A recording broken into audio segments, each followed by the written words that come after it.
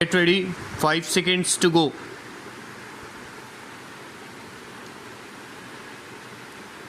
Start. This argument needs some serious consideration for ex facie, it is true that in the case of the petitioners, vacancies were advertised, selection was made and thereafter the petitioners were appointed. Stop.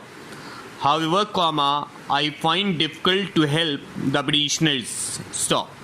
It would be appropriate to consider the matter from 3 different angles.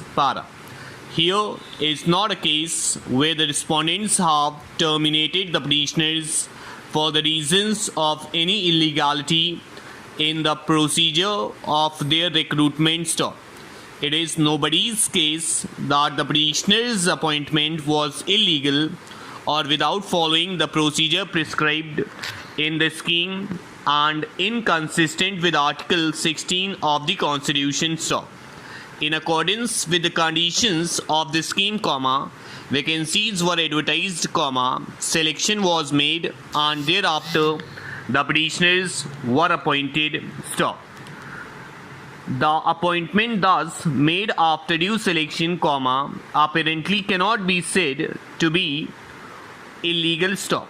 However, the scheme specifically provides for engagement of the persons only on contract basis, and that too for a fixed tenure, that is 1 year at a time, which can be renewed for a period of 6 months or 1 year based upon their performance. Stop.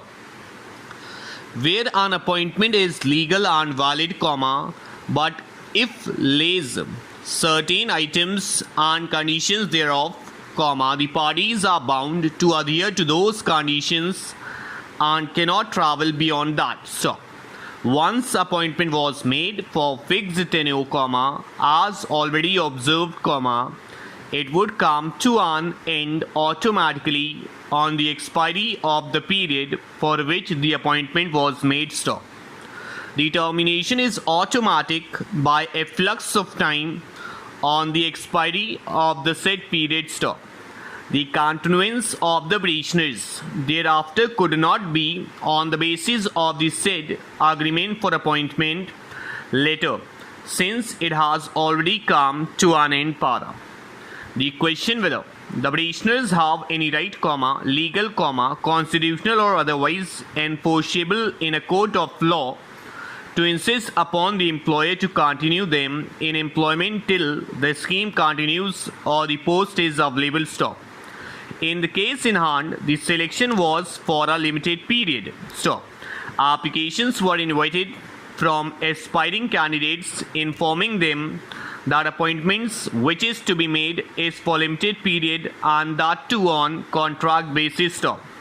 Once terms and conditions are laid down in the contract, it is not open to anyone to claim that some part of the conditions would be binding and remaining must be ignored. Stop. If the petitioners are allowed to continue without there being any renewal of their tenure and appointment letter issued by the employer, it would amount to permitting the petitioners to continue contrary to the terms and conditions of their engagement and also the scheme whereunder they have been appointed. Stop. It is not the case of the petitioners that any part of the scheme or any clause therein is unconstitutional or ultra vires.